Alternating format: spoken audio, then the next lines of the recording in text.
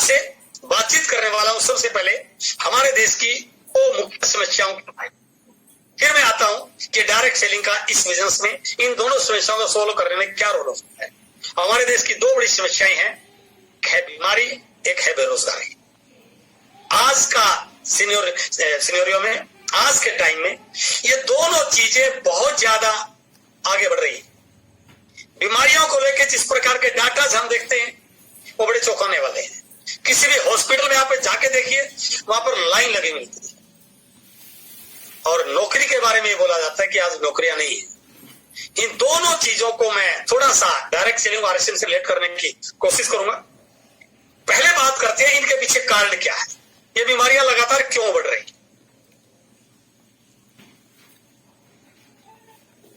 एक अखबार की कटिंग है ये, देश के हर 9वें शख्स में कैंसर की आशंका, 2 दशक में दुगने होंगे रोगी। आनुवंशिक के अलावा खान पान व जीवन शैली भी मुख्य कारण। कहने का मतलब क्या है, बीमारियां लगातार बढ़ती जा रही हैं। 2016 का डाटा ये बता रहा है कि हमारे देश में हार्ट के पेशेंट लगभग 5.5 करोड़ हैं। 2000 सालों का डाटा है सर। डायबिटीज के 7.5 करोड़ है, 8 करोड़ लोग। बीपी के 20-21 करोड़ लोग हैं। ओबेसिटी से 14 करोड़ लोग प्रभावित हैं। थायराइड से 4 करोड़ लोग प्रभावित हैं। कैंसर से 0.4 करते ये डाटा लगभग 55 करोड़ का है। आज की डेट में डाटा बढ़ के 70-80 करोड़ तक पहुंच चुका है। इसका मतलब बीमारियां हैं, लोग बीमार हो रहे हैं। मैं जब तक ठीक ठाक अपने आप को मानता हूं, जब तक मैं अपना कोई टेस्ट नहीं कराता तब तक सही हूं। जिस दिन एक व्यक्ति टेस्ट कराता है उसको एहसास हो जाता है कि कुछ ना कुछ दिक्कत हो। आज हम जब ट्रेन में जाते हैं ना सर, आप लोग भी जाते होंगे, और हमारे उस कैबिन में बहुत सारे लोग बैठे होते हैं। जब लंच का टाइम होता है और कोई फैमिली हमारे साथ बैठी हुई हो, तो उस फैमिली की एक महिला अपने बैग से एक थैला निकालती है, उस थैले से एक लिफाफा निकालती है, उस लिफाफे से 4-5 कलर की गोलियां निकालती है फिर वो, और वो बोलती है ये 2 तो नीली और पीली तो खाने से पहले लेनी है आपने, और ये व्हाइट और ऑरेंज वाली खाने के बाद लेनी है। हम अक्सर ऐसा सुनते हैं। क्यों हो रहा है ऐसा? क्योंकि हमारे देश में बीमारियां लगातार बढ़ रही हैं। इन बीमारियों को बढ़ने के पीछे 3 मुख्य कारण है सर। सबसे पहला है, जो अभी मैं आपके साथ शेयर कर रहा था, जीवन शैली में बदलाव। हमने अपने आप को उस कल्चर में ढाल लिया है जहां हेल्थ के साथ कितना भी खिलवाड़ हो जाए स्वीकार है। मेरे बेटे को यदि मैं घर से 100 कदम 50 मीटर दूर भेजूं किसी काम के लिए, तो वो पैदल नहीं जाएगा, वो बाइक लेके जाएगा। हमारी सोसाइटी में कहीं लिफ्ट लगी है, हमें दूसरी मंजिल पे भी जाना है, तो भी हम सीढ़ियों से नहीं जाएंगे, हम लिफ्ट से जाएंगे सर। हार्ड वर्क नाम की चीज हमने अपने लाइफ से गायब कर दिया सर। जीवन शैली में खाने पीने की चीजें इतना बदलाव हो चुका है जिसका डायरेक्टली या इनडायरेक्टली हमारी सेहत पर प्रभाव पड़ रहा है सर। और इस कोरोना में हम सब ने देख लिया कि यदि सेहत सही है तो ही दुनिया सही है सर। बहुत सारे लोग इसलिए नहीं मुकाबला कर पाए क्योंकि सेहत में पहले दिक्कत थी। इसलिए मैं सभी साथियों से रिक्वेस्ट करूंगा कि आज जिस प्रकार की चीजें हमारे सामने घटित हो रही हैं, हम उसके बारे में बिल्कुल अवेयर हैं।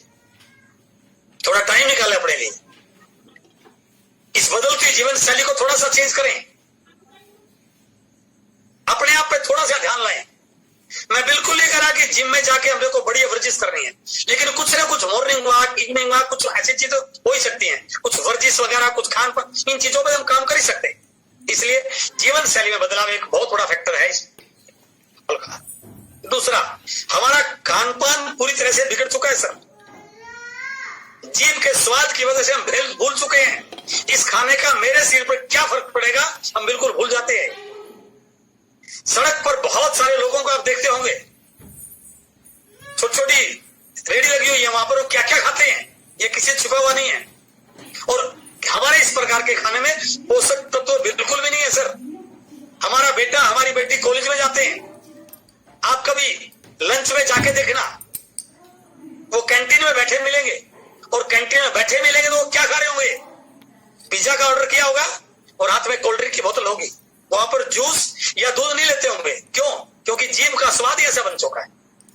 और हमारे खाने में पोषक तत्व लगातार कम होते जा रहे हैं सर। हेल्थ डिपार्टमेंट की ओपिनियन है, अपने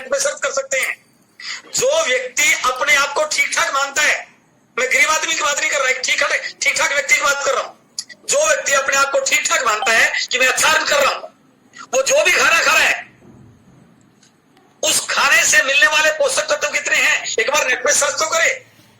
जितने पोषक तत्व चाहिए उतने मिल ही नहीं पा रहे हैं और उसका इफेक्ट हमारे शरीर पर आ रहा है। जवानी में, कॉलेज में बच्चों के बाल सफेद होने शुरू हो चुके हैं सर। स्कूलों में पहली दूसरी क्लास में बच्चों की आंखों में चश्मा लगा हुआ है सर। आज पोषक तत्वों की कमी की वजह से, इम्यूनिटी पावर लगातार कमजोर होने की वजह से बीमारियों से लोग मुकाबला नहीं कर पा रहे। इसलिए ये बहुत बड़ा फैक्टर है जो लोगों को बीमार करने में, जिसका बहुत बड़ा रोल है। तीसरा और सबसे बड़ा कारण है मिलावट। इससे कोई भी व्यक्ति अछूता नहीं है। बाजार में जितने भी प्रोडक्ट बिकते हैं उसमें से बहुत सारे प्रोडक्ट मिलावट के आते हैं सर। आज एक व्यक्ति बाजार में सामान लेने जाता है, एक महिला बाजार में सामान लेने जाती है, उसके मन में सबसे पहला यह डर होता है यह सामान शुद्ध भी है या नहीं है। आज के इस दौर में बिल्कुल दुकान पे लिखा होता है महंगाई के दौर में गारंटी की उम्मीद ना करें, बिका हुआ माल वापस नहीं होगा। और खाने में मिलावटें किस कदर बढ़ रही है। त्योहारों के सीजन में फेसबुक पे, व्हाट्सएप पे, हमारे टीवी स्क्रीन पर, मोबाइल में एक ही मैसेज मिलता है। आपको बताइए, सरकार कितने भी कड़े कानून बना ले फिर भी इस समस्या को रोका नहीं जा सकता सर। मैं बिल्कुल सरकार के प्रयासों की आलोचना नहीं कर रहा हूं, क्योंकि लोगों की पैसे के प्रति जो लालच पैदा हो गया ना, वो ये नहीं देखते कि इस खाने का किसी के परिवार पर क्या प्रभाव पड़ेगा, लेकिन उसको तो सिर्फ पैसे से मतलब है। जब तक सरकार उस ऐसे व्यक्ति को पकड़ती है तब तक वो 2-4 साल निकाल चुका होता है और पता नहीं कितने लाखों परिवारों तक उस प्रकार का मिलावटी सामान पहुंचा चुका होता है। क्या ऑप्शन है हमारे पास? कोई ऑप्शन नहीं है सर। लेकिन एक ऑप्शन है, यदि हम इस बात को वास्तव में स्वीकार करते हैं कि सारी चीजें हैं। आज जिस व्यक्ति ने आपको यहां पर बुलाया है वो आपको सही प्लेटफॉर्म पर लेके आया है, क्योंकि हमारा पहला उद्देश्य ही स्वास्थ्य रक्षा है सर। हम डंके की चोट पर यह बोलते हैं कि हमारे बिजनेस में आने से एक व्यक्ति कितना पैसा कमाएगा वो डिपेंड करता है उसके काम करने के तरीके पर। लेकिन एक बात हम गारंटी के साथ बोलते हैं, यदि व्यक्ति 100% हमारे प्रोडक्ट यूज करता है तो अपने आप को बीमारियों से, अपने परिवार को बीमारियों से बचा सकता है, क्योंकि हमारे सारे प्रोडक्ट हेल्दी है और बिना मिलावट के। इसलिए हमारा पहला उद्देश्य है स्वास्थ्य रक्षा। हम ऐसे प्रोडक्ट बेचते हैं सर, वो प्रोडक्ट बेचते हैं जिसका कंपैरिजन आप मार्केट में करोगे, साइंटिफिकली करोगे आप, तो भी आपको बहुत बड़ा डिफरेंस नजर आएगा। मैं छोटे से प्रोडक्ट साल्ट की बात कर लूं, आप यदि थोड़ा सा इसके बारे में अवेयर हो, मेडिकल साइंस के अकॉर्डिंग हमारे खाने में नमक वो अच्छा माना जाता है जिसका पीपीएम 28 से ज्यादा हो। जितने भी आप मार्केट में नमक देख रहे हैं, टीवी पे ऐड देख रहे हैं, एक बार चेक तो कीजिए उसका पीपीएम कितना है। हमारा नमक उस रेट से कम, ट्रिपल आयोडाइड और 30 से ज्यादा पीपीएम का नमक सेल कर रहे हैं सर। बगल में एक छोटी सी फोटो आपको नूडल लगी होगी। हम सबके घरों में नूडल आता है सर, टीवी में विज्ञापन देख के। कभी देखा है कि उस नूडल में क्या क्या है? वो मैदे से बनाया गया है, उसमें कौन सा तेल इस्तेमाल किया गया है। हमारे पास जो नूडल है, बच्चा कुछ भी ना खाए, केवल नूडल ही खाए तो भी वो अपने पूरे न्यूट्रिएंट्स को पूरा कर लेगा। क्यों? क्योंकि इसके अंदर 50% ज्यादा प्रोटीन है, 100% ज्यादा डाइटरी फाइबर है, आटे से बनाया गया है। ये वो प्रोडक्ट है जो बच्चों को हेल्दी रख सकता है। उसके बगल में छोटा प्रोडक्ट है सर, बिस्किट। बहुत सारे लोग टीवी पे ऐड देख के, रैपर को देख के घर में बिस्किट लेके आते हैं सर बच्चों के साथ, बच्चों के लिए। आप थोड़ा सा पढ़ के तो देखिए उस बिस्किट में क्या लिखा है, मेड फ्रॉम पाम ऑयल। बस विज्ञापन की चकाचौंध में हम ये भूल जाते हैं कि ये बिस्किट मेरे बच्चे के हेल्थ पर क्या नुकसान है, क्या असर डालेगा। हम जो बिस्किट लेके आए वो आटे का है, फाइबर का है, हेल्थ गार्ड ऑयल से बनाया गया है, प्रोटीन से भरपूर है, ट्रांसफैट उसके अंदर नहीं है, कोई भी कोलेस्ट्रॉल नहीं। तो मेरा कहने का मतलब क्या है कि हम ये प्रोडक्ट बेचते हैं जो हमारे स्वास्थ्य को ठीक रखते हैं, न्यूट्रिशन में बकायदा काम करते हैं। गुडशिप ने बहुत बड़ा कमाल किया, S5 ने कोरोना काल में बहुत सारे लोगों की जिंदगियों को बचाया। और हमारे पास एक मिरेकल प्रोडक्ट आया कुछ समय पहले, गामा ओरिजिनल, जो हर व्यक्ति के लिए इतना इंपॉर्टेंट है, जो किसी भी प्रकार की कोई बीमारी हो किसी व्यक्ति के, उन सभी बीमारियों पे एक जादू की तरह काम करती है, मैजिकल प्रोडक्ट।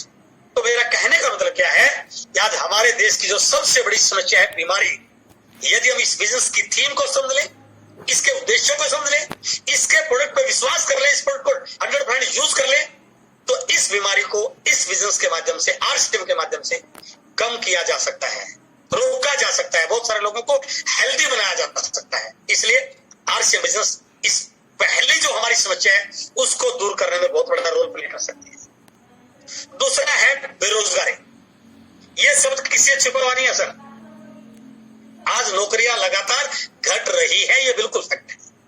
हर साल 1 करोड़ से ज्यादा बच्चे अपनी पढ़ाई पूरी करके कॉलेज से या ट्रेनिंग इंस्टीट्यूट से बाहर निकलते हैं, लेकिन किसी भी गवर्नमेंट के पास उनको नौकरियां देने के लिए इतनी पर्याप्त नौकरियां नहीं है। उन नौकरियों के इंतजार में कब तक हाथ पर हाथ धर के बैठे रहेंगे सर? हमें कुछ करना पड़ेगा। हमें इस विषय पे चिंतन करने की जरूरत है। यदि मैं नौकरियों की बात करता हूं, यदि मैं बात करूं सरकारी नौकरियों की, तो नो चांस सर। 10 वैकेंसी निकलती है ना तो 1 लाख एप्लीकेशन आती है सर। और पीछे हमारे हरियाणा में एक ग्रुप डी की वैकेंसी निकली थी, सुन के हैरान लगे। तो उसमें एमएससी, एमफिल, पीएचडी जैसे बच्चों ने नौकरी ज्वाइन किया, क्योंकि हमारे दिमाग में एक ही चीज बैठा दिया, सरकारी नौकरी मिल गई तो जिंदगी कुछ कर पाऊंगा, मैं जिंदगी बन जाएगी मेरी। और बहुत सारे पेरेंट्स अपने बेटे को सरकारी नौकरी लगवाने के चक्कर में नेताओं के पीछे पूरा उम्र लगे रहते हैं, बस एक इलाज तो कि मेरे बेटे को सरकारी नौकरी मिल जाए। दिन प्रतिदिन प्राइवेटाइजेशन हो रहा है सर। सरकारी नौकरियां लगातार कम होती जा रही हैं। हमें स्वरोजगार की दिशा में काम करने की जरूरत है। यदि मैं प्राइवेट सेक्टर की बात करूं तो प्राइवेट सेक्टर में भी नौकरियां लगातार घट रही हैं सर, लगातार घट रही हैं।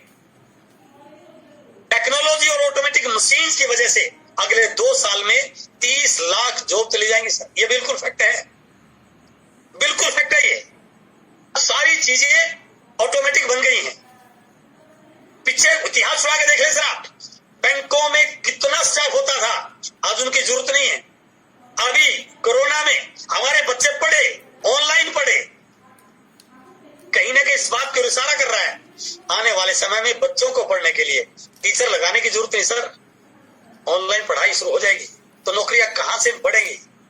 आज हम रोड पे जाते हैं 50-100 किलोमीटर, बीच में 4, 5, 7 टोल आते हैं, एक एक टोल पे 10, 20, 30 लोग होते हैं। आने वाले कुछ सालों के बाद किसी भी टोल पर कोई व्यक्ति नहीं होगा, ऑटोमेटिक चिप लग जाएगी सर।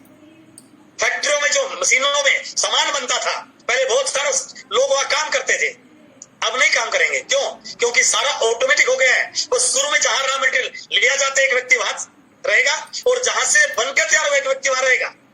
मेरा कहने का मतलब है कि टेक्नोलॉजी लगातार बढ़ रही है, बढ़नी चाहिए। ये किसी प्रोग्रेसिव कंट्री की पहचान है। ऑटोमेटिक मशीनें लगातार आ रही है, आनी चाहिए, ये किसी प्रोग्रेसिव कंट्री की पहचान है।